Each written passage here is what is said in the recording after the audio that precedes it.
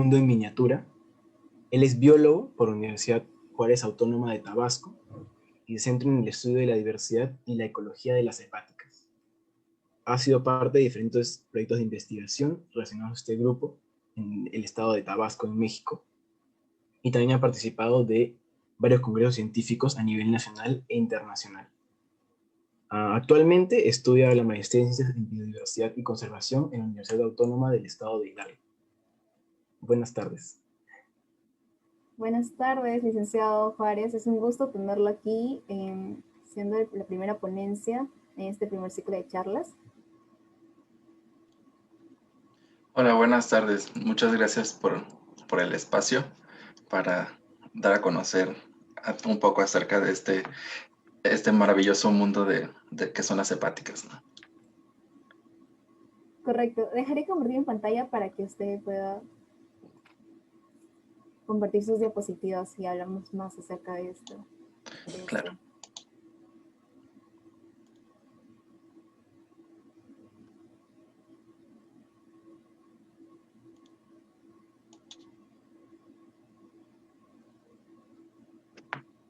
¿Sí están viendo mi pantalla? Sí, se puede visualizar. Ok. Bueno, buenas tardes a todos. Vamos a platicar acerca de las hepáticas, de la división Marcantiofita, estas plantas un poco particulares. Bueno, cuando hablamos de briófitas, nos estamos refiriendo a plantas muy antiguas. Se cree que son de las primeras plantas en transición hacia el ambiente terrestre, del ambiente acuático hacia el ambiente terrestre. En general, las briófitas comprenden tres grupos o tres divisiones. Los antoceros, la división antocerotofita, las hepáticas, la división marcantiofita, y los musgos, la división briófita como tal. Pero en general estos tres grupos o tres divisiones pues conforman lo que comúnmente conocemos como briófitas, ¿no? Entonces estas plantas aparecieron hace aproximadamente unos 470 millones de años hacia atrás y son el segundo grupo en conjunto de plantas más diverso solo después de las plantas con flores. ¿Qué son las hepáticas? Bueno, las hepáticas son plantas muy pequeñas que normalmente pasan desapercibidas en el ambiente. Tienen diferentes formas. Una de ellas son las foliosas porque presentan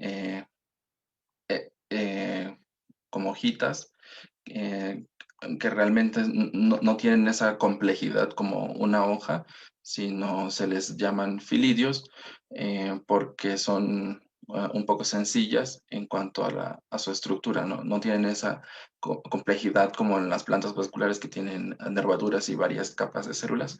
En este caso, en las hepáticas foliosas, la hoja es muy delgada, puede ser solo una capa de células y no presenta esas nervaduras, ¿no?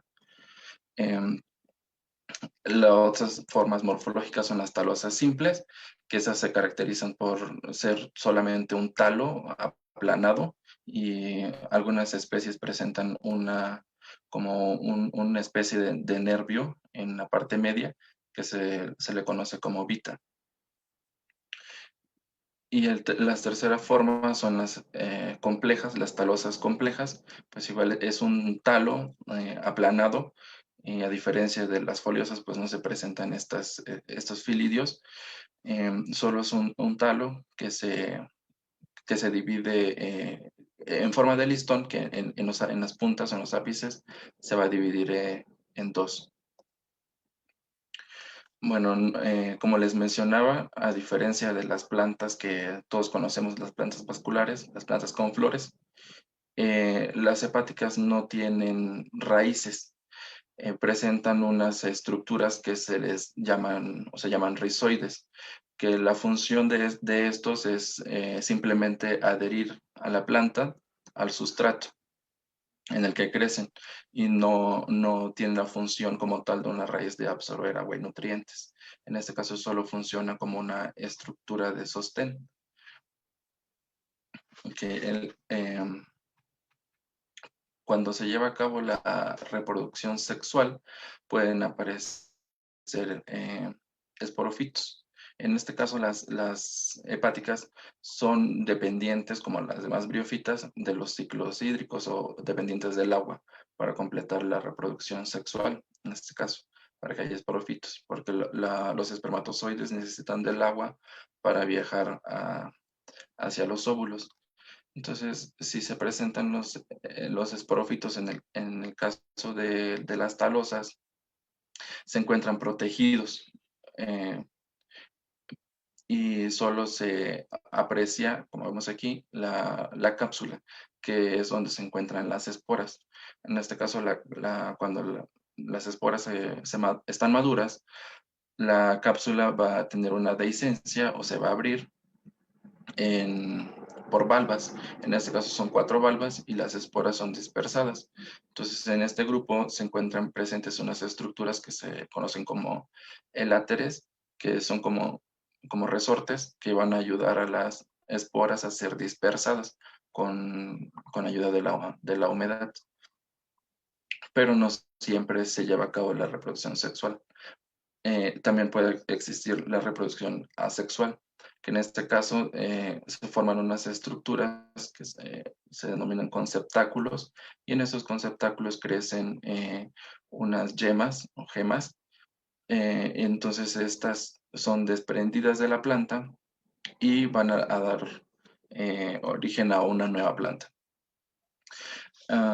Bueno, la desventaja de la reproducción asexual, pues es de que no hay variación genética en este caso, porque sería como un clon de la planta que la va a originar.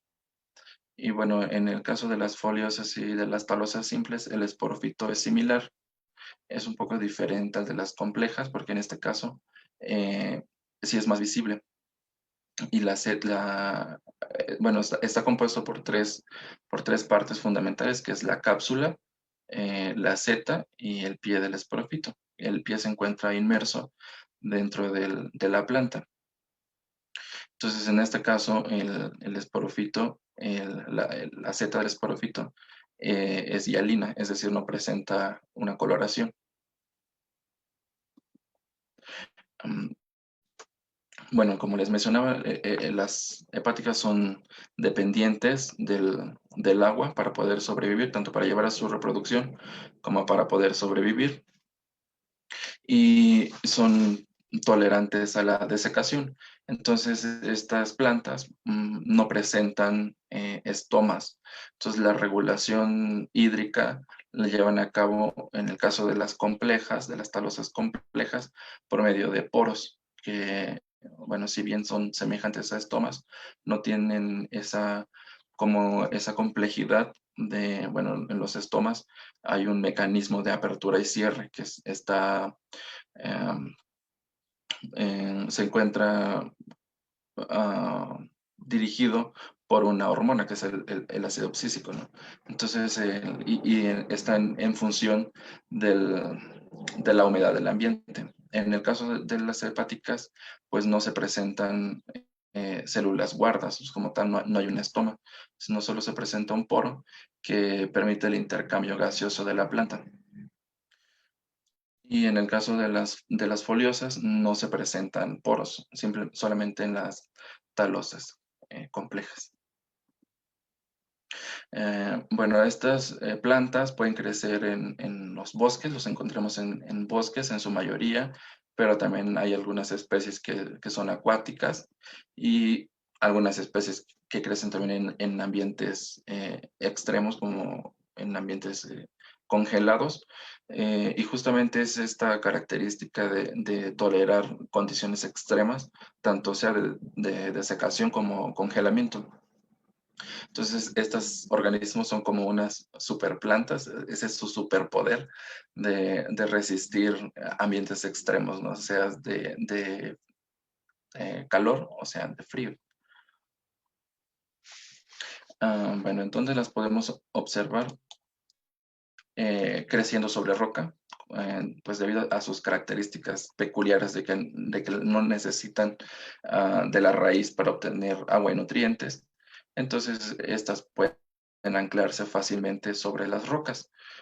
Y esta es una de sus como principales atributos de llegar a sustratos desnudos, colonizarlos y dar origen a que lleguen nuevos organismos, como en este caso a otras plantas vasculares. Y bueno, también crecen sobre madera muerta. Pueden crecer también sobre troncos de árboles, en este caso se llaman epífitas. Pueden crecer sobre suelo, incluso sobre hojas de otras plantas, y no les hacen ningún daño, solo están ancladas sobre la hoja y no causan ningún daño a la planta huésped. Inclusive también pueden crecer sobre sustratos un poco extraños, como termiteros. Bueno, como les mencionaba, estas plantas tienen una alta tolerancia a la desecación. Entonces, la absorción del agua y los nutrientes la llevan a cabo por medio de todo el cuerpo de la planta. Les voy a presentar un video para ver un poquito mejor este proceso.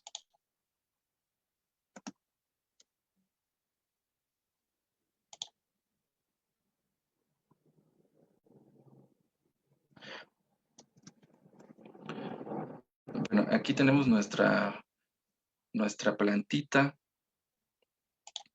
que supongamos que está en un ambiente seco, que no ha llovido. Entonces está seca completamente.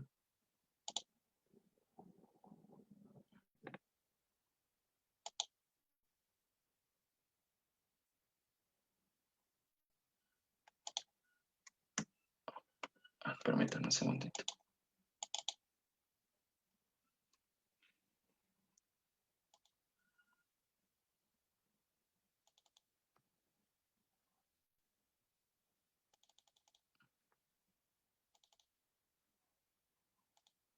Segundo. Bueno, tenemos nuestra planta seca y cuando se presentan las condiciones de humedad, es decir, que tienen agua disponible, empieza la hidratación de la planta. Entonces empieza a absorber, perdón, algo está pasando con el video, empieza a absorber agua del ambiente, en este caso.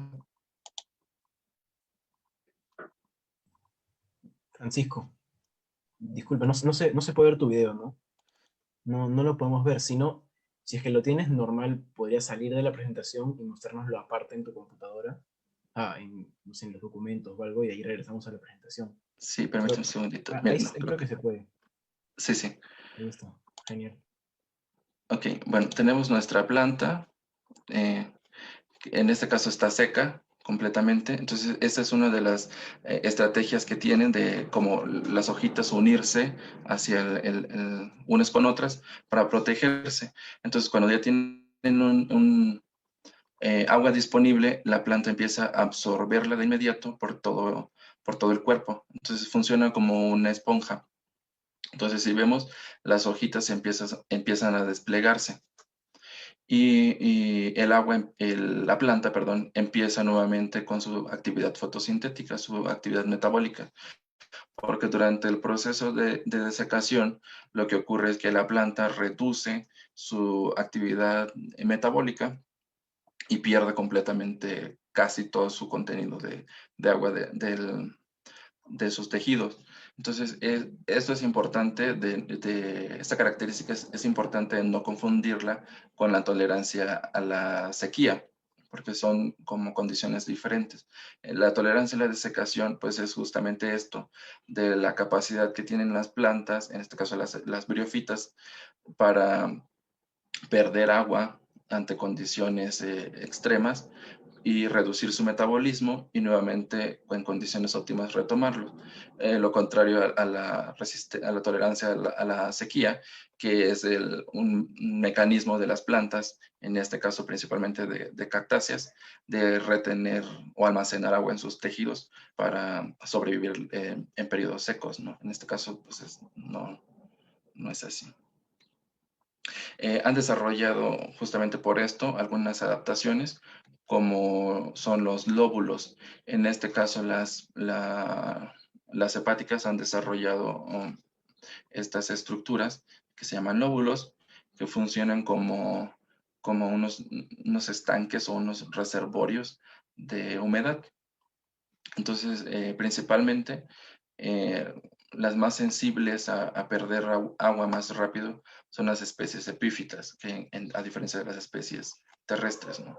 Entonces, principalmente las epífitas tienen estas estructuras y, bueno, suelen ser de diferentes formas o diferentes morfologías, como estas que son muy, como muy grandes, estas no tanto, y algunas que suelen ser más pequeñas. Entonces, estas podrían estar relacionados al ambiente en el que se encuentran expuestas. Y otras de las formas que han tenido o que han desarrollado para enfrentar estas condiciones son las estructuras que se llaman oleocuerpos, que son cuerpos de aceite que se encuentran en las células de las filillas, de las hojitas. Y bueno, en la literatura se menciona de que estos cuerpos de aceites funcionan como para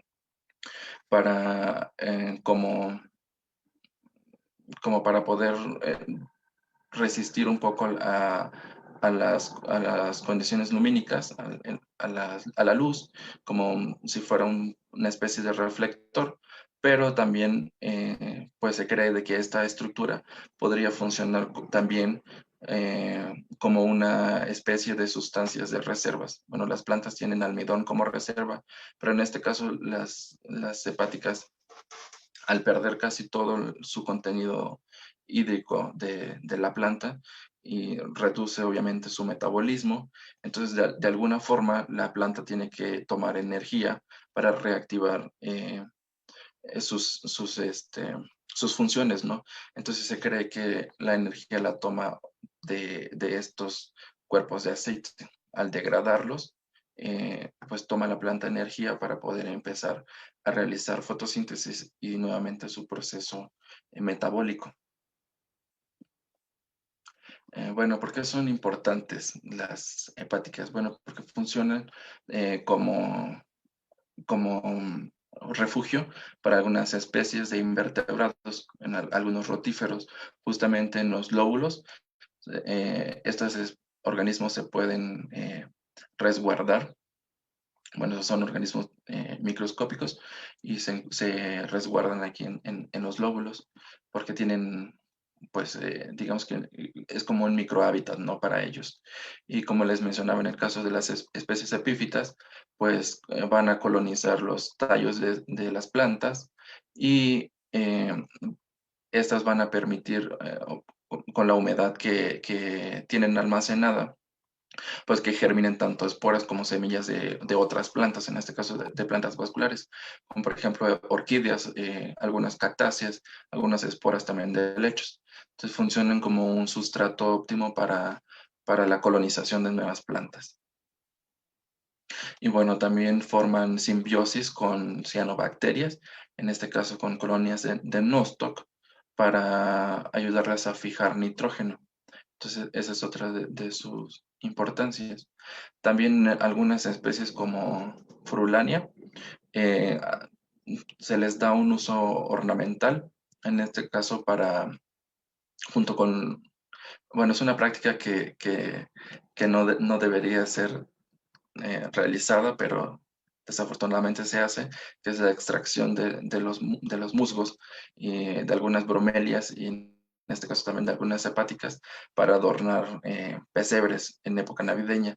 Entonces, esta práctica, pues básicamente lo que hace es extraer a las plantas del ambiente, pero no solo se llevan a las plantas, sino también se están llevando la humedad, la vida del bosque, ¿no? Entonces, pues se usa desafortunadamente para esas cuestiones. Y también se pueden utilizar, bueno, de manera ornamental en los jardines de musgos que llaman, por ejemplo, en Asia, que suelen embellecer jardines sembrando musgos y también en este caso algunas hepáticas. E inclusive también pueden ser utilizadas, por ejemplo, esta especie que es Marchantia polymorpha, en, para ayudar a la restauración de suelos contaminados por metales pesados. Bueno, el uso de estas especies en particular es como les había mencionado, pues funcionan como esponjas, ¿no? Entonces, al no tener un sistema de raíces y para la absorción, entonces lo que hacen, pues, es absorber agua y nutrientes por medio de toda la planta, pero también, pues, absorben estos metales, ¿no? Y los almacenan.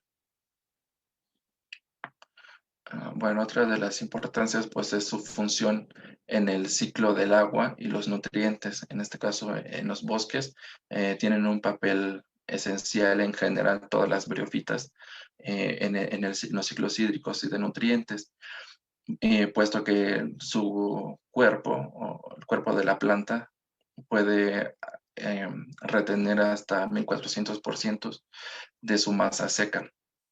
Es decir, funciona como una mera esponja, entonces puede absorber pues cantidades muy grandes de humedad, en este caso ya sea por la lluvia, y en el caso por la lluvia, por rocío, en los bosques de niebla, en los bosques nubosos, pues en la niebla, ¿no? La humedad que hay disponible en la niebla interceptada, es captada por estas plantas y la almacenan en sus cuerpos. Entonces, posteriormente van liberando esa humedad gradualmente, permitiendo de que todo el ecosistema pues siempre esté, digamos, como húmedo, ¿no? Entonces esto también ayuda a formar microhábitats para otras especies, tanto de animales como de plantas. Y justamente por estas características, pues también pueden ser buenos bioindicadores, tanto de la calidad ambiental como de la salud también de los bosques, ¿no? Inclusive para ver cuestiones del calentamiento global, del cambio en las temperaturas. Entonces, pues suelen ser sensibles, ¿no? a estos cambios y suelen ser buenos indicadores para hacer monitoreo de cambio climático. Y bueno, en el caso específico de las epífitas, pues en la literatura menciona de que cerca del 75% de las plantas epífitas son briófitas en, en general, porque bueno, tenemos que considerar de que en un árbol o en una roca, en donde estén creciendo, pues no crecen aisladas. Por ejemplo, musgos, hepáticas, pueden crecer juntos en un mismo ambiente. Entonces, por ejemplo, aquí pueden estar mezclados tanto musgos como hepáticas, inclusive algunas especies de helechos. Y justamente estas especies epífitas lo que hacen es acumular humus en las ramas y en los troncos de los árboles. Y esto permite pues crear sustratos nuevos disponibles para la colonización de otras plantas. Y bueno, también ayudan en gran medida a la actividad fotosintética del bosque, porque no solamente se está realizando fotosíntesis por el follaje de los árboles, sino que también las plantas, las hepáticas y musgos que se encuentran adheridas a las ramas y a los troncos de los árboles, pues también están realizando fotosíntesis, ¿no? Están capturando carbono y están liberando oxígeno. Entonces esto también ayuda a estas interacciones, ¿no? en el ecosistema. Bueno, de manera puntual, realicé un trabajo en México, en el estado de Tabasco, en un área natural protegida que se llama Yunca. Entonces, el Yunca es un ANP que cuenta con 1.603 hectáreas, pero de todas, que esto es de extensión, pero de todo este territorio, solamente 101 hectáreas se encuentran resguardadas, que es la zona